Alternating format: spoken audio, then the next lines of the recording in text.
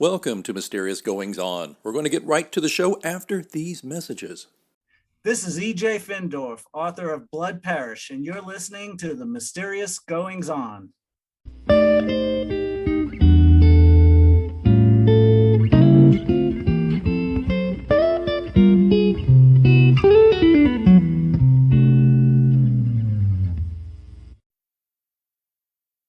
I don't think any word can explain a man's life. So said Charles Foster Kane, the protagonist of Orson Welles' to you, most famous work, Citizen Kane. That quote came to mind as I watched The Golden Age. I got to tell you, it's a musical rockumentary shot over a decade in California and India. It introduces us to the character of subversive pop star Maya O'Malley, who, after a string of controversial remarks, gets dropped from his music label and sets out on a spiritual pilgrimage throughout India in an attempt to resolve his troubled past. To talk about why that reminded me of Welles on so many levels, we're welcoming Justin Connor to the show. He is an actor, writer, director, and musician who produced the award-winning feature film, The Golden Age, which just made its worldwide release on Amazon Prime. The soundtrack, also written, performed, and produced by Connor. You starting to get a vibe for Orson Welles here, folks? Here we go. Is available on all streaming platforms with a double vinyl album available at justinconnor.com. All those links will be in the show notes. Don't worry, don't scribble it down. We've got to meet Justin Connor. Welcome, sir, to Mysterious Goings On. Hey, how are you? Thanks for having me. I'm great. Thank you for being here. Have you been compared to Welles yet? No, I haven't heard that, so thank you. That kind of took me by alarm and surprise all at once. Well, I haven't let on just yet, but I'll just tell everybody listening that this is actually a mockumentary, but I thought, you know what, you've probably heard Spinal Tap references to death, and I just decided it was a different tack, and in fact, that's not really what occurred to me right off the bat when I watched The Golden Age. Yeah, that's good. That's a good reference. I'm very influenced by the work of Christopher Guest, and I think he does a great job at portraying satire for a lot of laughs and such. And a lot of people who see the Golden Age, it's almost two camps. Some people say, "Oh my God, who is this person? I never heard about this," and they start looking him up. And then they come to the realization of the second camp that, oh, this might be not real. But the funny thing is, in my opinion, it is a hybrid of a documentary and a mockumentary. There's so much of the film that is real, that was drawn from my life, that it really is a true story, except that it was kind of told in a narrative way that has kind of a mockumentary feel. But at the end of the day, I'm not really sure sometimes how much of it is real and fake. And I think there was like a line in between narrative and fiction and documentary and mockumentary that I was kind of playing with, and it was sort of trying to reframe my past through this alter ego, Maya O'Malley, to make sense of my own past, because it was so uncomfortable to address, if that makes sense. It makes total sense. Justin, tell me though, let me ask you an audacious question, because frankly, that's a word I would use about you, audacity. I mean, you had the audacity to, I don't mean that unkindly. You did, but sure. You had the audacity to say, I've got a story. I've got a vision. I'm going to see that vision through. A lot of people say that, okay? I'm a writer. I write books. If I had $1 for everybody who was a wannabe writer who said, I'm writing a novel. Come on. Right? And I'm not knocking them. I mean, God bless them, but you took it to the last stage. You got it out there and it's received acclaim and you won some awards. I have a small amount of that besides being a writer. Back when I was an actor in theater, I used to direct my own shows. And I remember, I'll never forget this, a fellow director came up to me and said, "Kid, where do you get the audacity to think you can direct yourself?" Totally. I'm like, well, who are you to tell me I can't? So yeah. I'd love it. I'd love it if you tell me, man, where did you get, were you always going to do it yourself, or did you pitch it and it didn't go? Or could you give us a little background? Yeah, definitely. I think, I started out in Los Angeles as an actor, and I was doing, roles on TV shows, commercials, independent films and such. And, hoping to move up the ranks in Hollywood, but it's very competitive, and it's only gotten more competitive over the years. And even if I could wave a magic wand and could have showed up on a regular on a TV show or done more major films or whatever, there's a certain element of what's being told and what's being portrayed in Hollywood that isn't, maybe, I don't want to say is lacking the substance of sorts, but might be. And I wanted to do something. I watched a lot of these independent films and documentaries about people's lives that was just so viscerally effective on my life, and just really changed my whole path, that I wanted to direct something. And it's funny that you say that, because you can't swing a dead cat in Hollywood and not meet a million people saying, oh yeah, what I really want to do is direct. I mean, that's like the running joke in this town. So I relate to your story about books, and I'm actually writing a book or finishing a book that accompanies the film right now, and I didn't realize how much work that was. So kudos to you in terms of your book writing. But it's a similar process as well. But I think there are so many people that want to do that and never do. And I had seen so many independent films that I was a part on has started out with these grand ambitions that never turned into anything. That I think part of the reason why I wore so many hats in terms of writing, directing, producing, acting, and doing the music and all that, it was, I would watch these films when I was a part of them as an actor, and I would see them sort of fail or have these mini failures along the way, no fault of their own, because it's such a tough medium to exact. Is that I wanted to make sure I had as much control over this project as possible to preclude it from falling by the wayside or moving on from a scene that wasn't caught perfectly, and that would like sort of destroy the potency of the film in and of itself. So I think it was more wearing a lot of hats, and I ended up gravitating more towards directing, just because when I was working as an actor for so many years, I was on set kind of watching how everything worked. And I was like, can I pull this off? And can I pull this off with less people and less money, and do this kind of the way I wanted to do it, of sorts. So I think it emanated from there, of just wanting to tell more of a story that spoke home to me, even if it was outside of my own.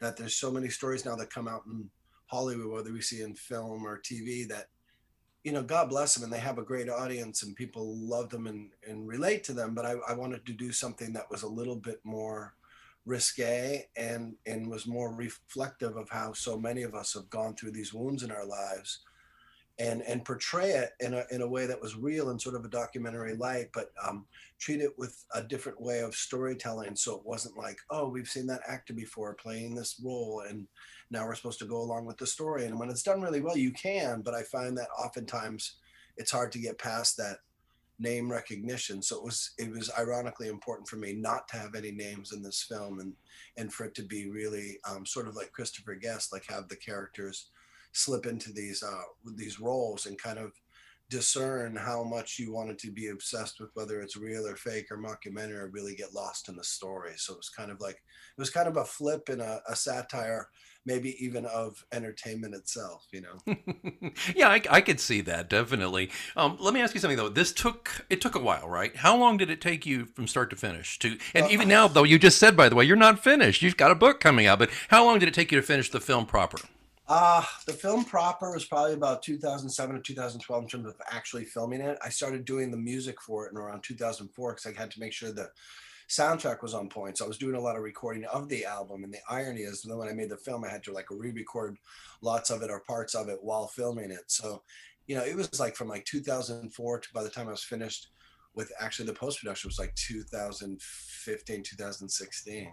And I know Wow. that sounds crazy, like a Yeah. decade long project, but it was like, it's a film, an album, and now the book is a few years after I'm releasing it, which takes a while, as you know, as well. But for me, it was like, and when I talk to people about that, they're like, "Oh my God, you spent a decade of your life doing this," and I was like, it's so funny, because time is like one of the biggest illusions yet, and so I don't, I don't, I know most people would probably throw in the towel after 10 years and be like, I just can't do it. And there were times, trust me, where I felt like the same, but it doesn't matter on some level if it took 10 years or 20 years or 10 lifetimes. It might have taken 10 lifetimes for me to get this out. I might have been working on this longer than I even know. So it was less about how long it took, and it was more about like, did I did I check the boxes that I needed to check and really like make the film I wanted to make, which I think is the hardest part of any creative process, but especially filmmaking, because I think there's a lot of people that sign off on a film, whether it's a director, actor, producer, whoever, that whether it's done in a short time or twice as long as mine, it's hard to really stand behind something and be like, okay, I did something with this, you know? Yeah, and I view creatively as a writer. I say this all the time. Being a writer is like always having homework. Um, right? You're always got Writing something. is rewriting. Right, and rewriting is rewriting. right, and you always have something. As far as I'm concerned, I always have a project I could be working on. Like if I'm relaxing, have a drink on Friday, I'm having a cocktail on a Friday. I'm like, instead of having this cocktail, I could be working on my next to my series or that horror story. Right. So there's that. But the other thing that I find too is just like you with my own work, whether my work's good or not. The idea of not finishing is hateful to me. I mean, unless it's God. right, It's the unless worst. unless it's just, and of course we also know if we're smart, if it's absolutely crap, but Sure, every now and then, why to abandon it? Yeah, exactly. yeah, I mean, yeah, like a song. If you ever, I bet it's easier to abandon a song that's not going anywhere than it would obviously a whole album or a movie, though, right? Oh, sure, but it's very analogous to the same context I imagine you with books, where there's like, I really wanted that chapter to work, but it's just not playing, and I have to scrap it. So, and I'm dealing with that right now with the book, and it's got a very similar, with books, like, it's writing is rewriting is rewriting is rewriting, ad nauseum, yada, yada. But like, yeah, I feel the same way. It's like, once you unearth that, it's like, you can't stop thinking about it on some level where you're having that drink on Friday night. It's like, well, I could be doing some rewrites. And that was always in my mind with the film and with the album. But the same thing happens with songs. There were songs for the film that I wanted to put in the film that I couldn't, that didn't fit, or you're scrapping it. So it's like there's a discernment you have to have with that in mind too. But it's a very interesting process and very similar to writing, in the sense that there were storylines and arcs within the film that I had written that were going to be included for sure, that by the end of it, when you get to the editing room, there's a certain impression where it's like, okay, we're only using the A material, even if that means that the script that I wrote and the footage that I shot that I kind of needed to be in here, well, we can morph the story now to work around that A material stuff versus use that B or B plus stuff that didn't work as well. So it's really just about trusting your inner barometer. And I think that's what I think this project did the most for me was like, it gives you a lot of autonomy to say, this is what I want to reveal to people. And it's okay to abandon that which you otherwise thought was going to be in there, but for whatever reason, whether it's a chapter or a song or a scene or an arc or a B plot within a film, it's like, it's okay to let it go. I think it's more important to make sure that you're not wasting the audience's time. Yeah. You know what I mean? I think that's really the barometer, and we're living in a day and age where I think the audience's time is constantly wasted. So it's important for me as an artist or a creator to make sure that I'm not adding to that.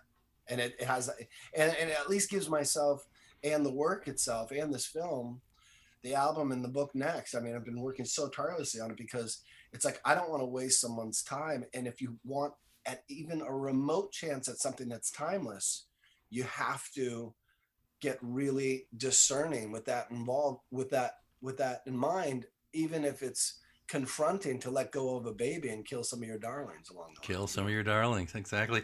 Well, let me just dig into a part of the catalyst of the film for a second, because I've got a broader question beyond this. But okay, Maya is going places, and then he basically he says some controversial stuff that gets him bounced from his record label. And the reason I want to bring this up is because, and I won't say exactly what he said, even though I've written it down, because I thought it was really great what he said, the way he said it too, by the way. That was a great scene. But this is what interests me. You're free to say whatever you want. Well, I'll give it away. Okay, here's the sentence, folks, and you'll have to watch the movie. But he says to someone, "I doubt there are any slaughterhouses in heaven." And this is part of a context of other things he said that has pissed off people that got him bounced. Okay, but the reason I'm asking you going to this part is this, because the predicate for this, we already discussed, you started this 10 years ago. Okay, and here comes, I'm going to use the catchphrase, but way before cancel culture was a thing, okay? Sure. You saw it coming before anybody? I did, and I saw that people were starting to speak up, and as soon as they did, they started getting jumped on, and as the social media started to... what's the word? Fester, if not. Fester's a good word. Yeah. That stuff was happening prior to social media, though, just in a different context. If someone got in hot water or whatever, but it was usually wrapped up because we weren't incessantly and bombarded by what that person did or said in the media. So in relation to what you said, Maya is a little bit controversial in the sense that he's talking about things like one's diet and vegetarianism and corporations, and how we're all being kind of sent off to our own slaughterhouses by the corporations taking over our culture. And I think Maya was sort of my allowance to speak through this alter ego about some of the institutions that I feel like is part of our decay of our culture. And there's a little bit an element of that cancel culture coming into the film prior to when it happened now. But it was important for me to like use that as a tool, because when people are really struggling with their own past and trying to put the fractured pieces back together, what I find, especially with artists, is they're lashing out accordingly. And artists are really brave in terms of saying, this is not really the way we're supposed to be, and I want to voice why it's not. And I think that's great. But at the same time, I wanted to use that as a tool to help tell the story, in the sense that when people are really lashing out to a disproportionate degree, I wanted to get the audience a little ruffled, their feathers a little ruffled, so that it became a job to win them back as the story evolved. You know what I mean? So it was Right. like, we want to hate the hero, and then we want to go, oh my God, that happened to him. Okay, can I win him back now? So it was like, it was also a ploy stylistically in terms of storytelling wise. But I thought it was, I think it's kind of apropos, or like a funny revelation about how I did this years ago. And now that's what's happening left, right, and center. It's almost like when you're in front of the microphone now, or you're someone who's known. And that's why I think the whole thing was just a satire on fame, because I struggle with it. Of course I want to be known. Of course I want the golden age to hit everyone's hearts. But I know in this day and age, it's hard to get so many people to see whatever you're doing. And it was important for me to be really honest about how I felt and what I felt like. And I used Maya as that vehicle to express what I really deeply feel. But anyone who's in front of a microphone now who has something to say, it's like, you have to act like the Pope, or like a guru, or else because anything you take out of context, you're going to get harangued. Yeah. So it was just kind of an irony that I wrote this, years ago, with wanting to speak your views, not realizing that you do that in this day and age, and you're walking a really fine line. Yeah, a careless word at your peril. Part of my day job is I'm a public relations guy. Don't hang up. And it's something I work on with clients all the time. It's like I try to train them ahead of time about social media use, and even myself, I've had to really work on that, particularly considering that Friday cocktail. Not a good time to have Twitter open. So, but I want to. There's another interesting thing. There's another interesting thing though that I picked up here. The memoir idea, by the way, which I love. I was just listening to a podcast, Mark Maron's show and guess who was on? It was Quentin Tarantino, and how Once Upon a Time in Hollywood, he wrote this companion novel, and it's not like the screenplay, remember those old rip-off things they used to do? This is a whole different story that fleshes it out, which sounds like what you're doing here with Maya. Yeah, I love that idea, because I think like when you write a 3-act structure to a book, and then you turn that book into a film, from my perspective and from what I've gathered and from what I've seen, 99% of the time, everyone hates the film in relation to the book, because the book allows the reader to be kind of the director and see what they want to see and roll with it and feel like, oh my gosh, they were so moved there. And someone else could have read it and be like, what are you talking about? They were angry there. So it's very interpretive to the reader. So I'm like, I don't want to 3-act structure of the golden age, or it will just be moot in the way so many books are. But I said, wait a minute, why don't I do a memoir of Maya O'Malley's life? And it's like a companion while he's on tour writing about his life. And to be honest with you, it emanated somewhat because we're living in such a streaming world now, where I realized films are now all streaming. I'm like, well, maybe there's something to like additionally add to this film. But it was even more so that when you tell a film within a 3-act structure for 190 minutes, 100 minutes, whatever, there's a certain like element of how much you can really explore. And for me, with some of my own traumas and past, I grew up in this very dysfunctional, abusive household. I put that into parts of the film, but there's only so much you can say stylistically within that framework of that subplot idea. And with a book, you can just go so much deeper. Hmm. So I thought the idea of doing a memoir to accompany it not only helped fuel the film and or fill in the blanks for people who enjoy the film, but it also is it's also really like I had more to say than I was able to say in the film, if that makes sense. Sure. And the film allowed me, excuse me, the book allowed me to open that and go a little deeper, just so there was a better cleansing for me once I sign off of this project and move on to the next thing. That I said everything I needed to say. I said it in a macro sense in the film, and I said it in a micro sense in the book, and got really, really deep with it. Justin, and I started out with the allusion to Wells. Okay, so feel free to push back, but is there one aspect of your creativity that is dominant? Well, Musician, actor, Well, director? I always look at myself as an actor first and foremost, always, even though all my friends will say music. Yeah, But there's an element I think I'm moving away from the business because I'd rather make another film, even if I only make 2 films in my lifetime, or maybe more. I mean, who knows? But it's hard to go back to Hollywood after doing this because I realize the power and potency of saying what I need to say, even if it takes another 10 years.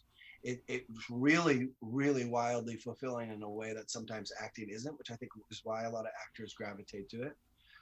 However, you know, if I'm being honest too, the music is the biggest constant of my life because it gives you such autonomy to say exactly what you want to say in a creative light. So I think I'll always be doing that. But strangely, my best art form, I think, and what I'm probably going to be doing more in the event I leave Los Angeles, which I might, I'm not really sure, is painting. And it's funny because people are like, oh my god, you did this and you did that. And it's like, for me, it's like the art forms are all synonymous with one another. Like, it just kind of matters what you're doing, or it doesn't really matter what art form it is, if that makes sense. Like, I always hmm kind of see myself as an artist, but it doesn't matter if, like, I can stand in front of the camera with someone's words and I feel pretty confident about bringing them to life. And I love writing a song and I love doing a painting, and this book has been really fun, even though it's maddening writing a book. So I think it's all sort of the same thing for me, but if I had to choose one right now that made the most sense, it's probably music, just because it allows you so much autonomy, whereas an actor, it doesn't. You're kind of at the helm of being hired by someone else. But I study the great actors and I study the great films, and I think that's always what's deepest in my heart. It's just, I don't think people know really outside the business how challenging it is to have a career in that. And I kind of underestimated that as well. But I think why I always favor music by a tad these days is, I can sit down at the piano and I can write an album, and I know I can really shape it without having to be on someone else's watch telling me when I can do it. Yeah, and now and the album, the soundtrack for the Golden Age is in Maya's voice. Now, here's a silly question: how much of that is also you? You know what I'm saying? Did you have to put a little? Yes. Is there artifice though? Did you add? You know what I'm saying? You're in character as an actor doing the Yeah. character. How are you in character? If this is not too dumb a question, when No, you're it's not. It's a great okay, question. how do you do that? It's a great question because while I was, I released my first album called Cali while I was doing acting gigs, and it was cool. And I was trying to find my voice, and it was more whispery, and then I was working on the second album, thinking, hey, maybe I'll do a film with this if I can pull it off. And I started like kind of like it was kind of like coming out of the throat and the heart, like the throat chakra. I was like, it was a lot of truth coming out. And he was like singing very like powerfully and vocally, kind of like in that primal like John Lennon-y way. And I Hmm. was like, and I dubbed this character Maya, and that's where it kind of all emanated from. But now that I finished the project, it's like hard to relieve myself of that character. And I'm now wondering if some of that way of singing now is just who I always was, and this Maya gave me liberty to do it, or is it okay to go back to kind of that softer way, or like find a new way? So I don't know because it got so blurry. I'm not even sure to some extent who I am versus Maya is after making this. And I'm not sure how I sing songs, but what I realized doing this character of Maya allowed me to do was it like allowed me to sing about and be really forceful and vocal and emphatic and emotional about what I really believed in, just like the opening tune. I believe it was sort of this coming out party to really sing about what I knew was deepest ingrained in my soul. And I think if nothing less moving forward, it allowed me to like take off that, like rip that scab off and be like, okay, it's okay to sing about what you want versus what other people traditionally do. So I still think there's elements now while I'm demoing the next album or that element comes up, but I'm not sure if that's always who I've been, and doing this project allowed Maya to surface, or if I, have to try to shake off parts of them to see if there's another aspect of myself that's going to come through. For me, Maya is, I got some different vibes here. Kind of a, okay, and this, it's always dangerous doing this. I don't want to piss you off. No, I love to hear it. I love it all. It's kind of like Harry Nillsson meets Tom Waits in a lot of ways, man. Oh my God, I love you. Well, it's so funny you say that, because Harry Nillsson is a huge influence on me. Huge. See, can I just interrupt for a second? Listeners, if you don't know, and I think sadly most of you, or many of you, won't know who Harry Nillsson was. He was John Lennon's best friend during the Lost Weekend years and all that stuff, but brilliant. He had, didn't he, Justin, you tell me, I'm not a musician, I'm not a singer. Sure. His voice, wasn't it like the incredible range? Yeah, I think he was most known for having this incredible range. He was just a beautiful singer. He'll melt your heart. And for those out there, listen to an album he did called Nilsson Schmilsson. Yes. That's probably his most seminal work. But there's if you look at him and you start researching him, you'll realize his oeuvre, which is like numerous albums. And I think the reason why I like Harry Nillsson, and maybe even why Maya O'Malley emanated, is in sort of in tribute to him. Like, he wasn't someone who was like looking to become famous. He didn't go out on tour. He just made these wild little albums that were so beautiful, so well crafted, so well written, so well sung. And he's kind of my hero, because I'm not sure I want to go on tour. I just like making these really fun, beautiful albums. Like Brian Wilson, he meets, like Nilsson, like he's my guy. But for the people out there listening to him, the Lime and the Coconut he did with I Can't Live With or Without You, and does these big, you'll know the songs. He did the soundtrack for Midnight Cowboy. Don't forget Midnight Cowboy. That's what I was just about to say. So for everyone out there, go listen to him. I mean, he's so beautiful. He's such a beautiful man, such a beautiful voice. So he was a huge influence. Huge. Justin, Tom Waits not as much, but I've been listening to him a lot lately. My brother loves him a lot, and he is in the sense that Maya marches to the beat of his own drum. Wow, holy Tom Waits. Like, yeah. Well, and when you get a little whispery too, just here and there. But yeah. No, gotcha.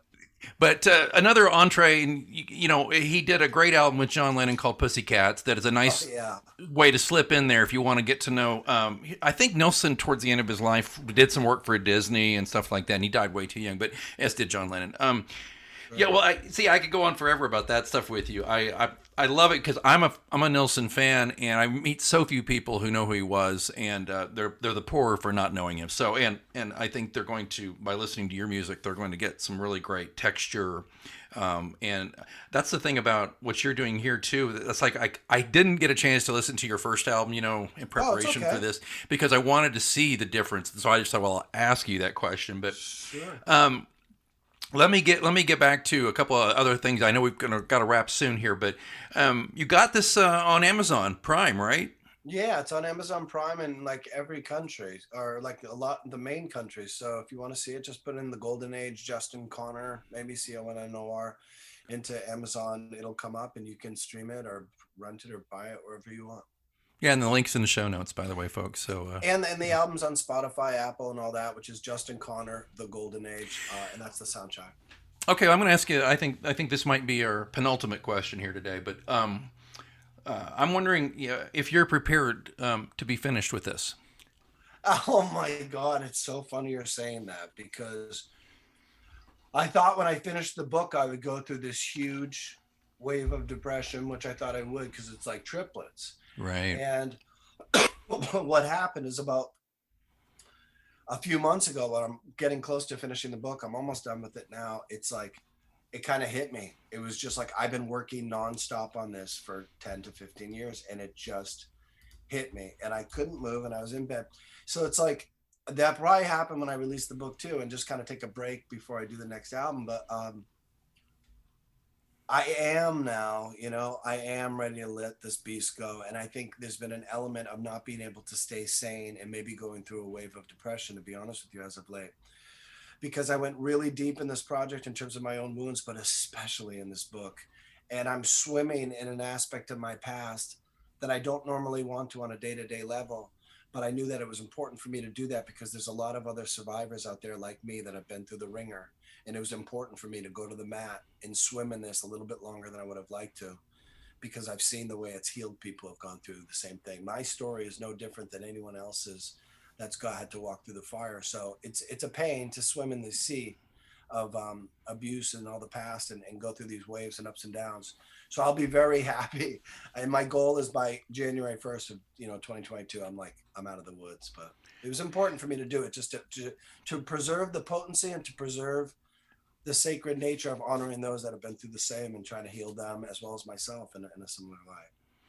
Yeah, and regular listeners to the show and readers of my work will know that you and I have a few things in common. And I'm getting ready. I'm finishing up the last of my 8-book series of this. It's a mystery thrillers thing, but he's got a lot going on under the surface, and I'm having to relive a lot of stuff myself. So my heart goes out to you. I understand that. That's one reason I wanted to ask you that question, because I'm kind of there too, or with this characters I've been writing about for almost 15 years. And, oh my God. And I've got to say goodbye to these people. Oh, and I should be asking you this question. How are you gonna? I'm just gonna tell you straight up, man. It's harder than I thought it would be. Same. I find myself procrastinating because I don't even want to write the last sentence. You don't even want to show up and visit it. It's like it's a chore, and you can't explain it to anyone. Yeah. And you're trying to stay sane just in the fact that you're swimming in it, let alone, Jesus Christ, I got to work through it and I got to make it great and I got to finish it and then I got to market it and then I got to get out there. So it's like, I was in bed last night, like thinking about all the steps that I got to do to like release the book and then market and all that night. I was like having a panic attack. And I'm like, Justin, you need to go to bed. You have a podcast in the morning. And here we are talking about, so back to you reflectively, like keep going, and one of my friends who finished a book recently and has done a number of books too said, just do it one step at a time. Don't give up. Like, it's okay. Like, take care of yourself and however you can along the way. But bravo to you. You're in the same boat. Well, thank you. I appreciate that. And I really have enjoyed your work, and meeting you has been tremendous. I'd like to just, again, everybody, there'll be links in the show notes. I'll put links to not only the Golden Age, but also his albums and his homepage and all that stuff. And I want you all to check it out. So last question then. This is kind of the question we all hate, by the way, but you're going to get it anyway. What's next, buddy? What are you doing next? Oh, God, I know. Well, like I alluded to earlier, I'm going to see what happens if, hopefully the Hollywood zeitgeist can catch up with what I'm doing, or somebody sees it and says like, wow, I get what this kid's doing. I'd like to put him in some stuff. But given the climate of the business, I'm not really like keeping my fingers crossed for that, if I'm being totally honest with you. Sure. So I think there's an element of like, I'm moving into a new part of my life. And I think My O'Malley was kind of my celebration of finishing that last part of myself. So I've definitely got a new album I'm working on, and I'm really excited about that. And I feel like it runs circles around the Golden Age, although I stand behind the Golden Age for sure. And there's a part of me that's thinking about leaving LA and like growing a garden and living the simple life and making albums and painting and maybe working on another script and trying to find a little bit more balance than I find those that are entrenched in this entertainment industry allow for themselves, or are able to find that kind of like, I think one of my dreams is always, having 3 to 5 to 10 acres and growing some vegetables and fruits and like watching butterflies and hummingbirds around and write some songs and kind of, using, like you said earlier, Harry Nillsson, he kind of lived his own life the way he wanted to do it. Right. And I think I'm learning to trust that and trust my uniqueness, that I will do better if I stop trying to compare myself to how other people are doing and what I'm instead doing. So I think that's what's up for me next. Well, I don't, going back to Orson Welles. Start from there, There you go, Orson Welles. I don't think any word can explain a man's life, but I think I can conjure one word for Justin Connor, and that is inspired. And I really have been inspired with this conversation, sir. And I wish you all the best. And again, folks, listeners, just check the show notes for all the links and check it all out. Justin, thanks so much for being with us here on Mysterious Goings On. Thank you. You've been so lovely. This is such a great convo. I appreciate it.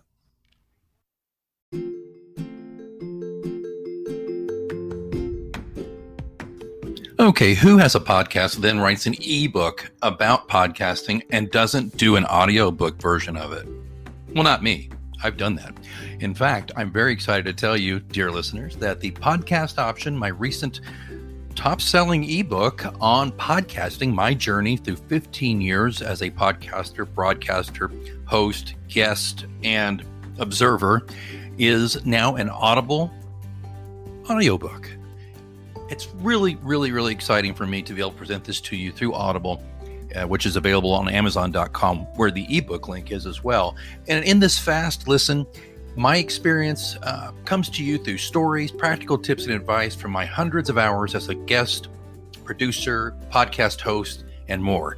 And the podcast option, if I say so myself, is mandatory listening for those new to podcasting, and it should be a welcome addition to veteran podcasters' library. So check out the podcast option read by yours truly, Alex Greenwood, or as they say there, the J. Alexander Greenwood, because that's my pen name, and that's a long story, which if you dig through my podcast, eventually you'll find out what that means. But the point being today, the podcast option is available now as an Audible audiobook. I've got a link in the show notes to make it easy for you. Please do me a favor, go get that audiobook. Or if audiobooks aren't your bag, there's also a link for you to get it as an ebook. Again, the podcast option. I certainly hope you will choose it.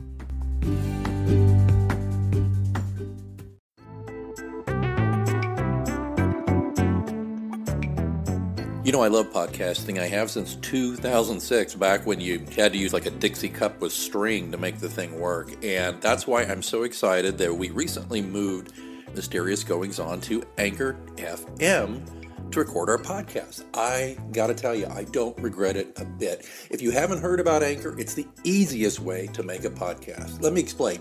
First of all, it's free. There's creation tools that allow you to record and edit your podcast right from your phone or computer. Anchor will distribute your podcast for you so it can be heard on Spotify, Apple Podcasts, and many more. And you can make money from your podcast with no minimum listenership. It's everything you need to make a podcast all in one place. Not going to lie to you, when I first heard about Anchor, I was a little dubious because I've been doing it the hard way for so long. But I got to tell you, it's very easy. Use a Stripe account. Get sponsors. You're not paying monthly hosting fees. The sound quality is great. The distribution is phenomenal. Friends, download the free Anchor app today if you want to start your own podcast, or go to anchor.fm to get started. Remember, you heard it here first on Mysterious Goings On.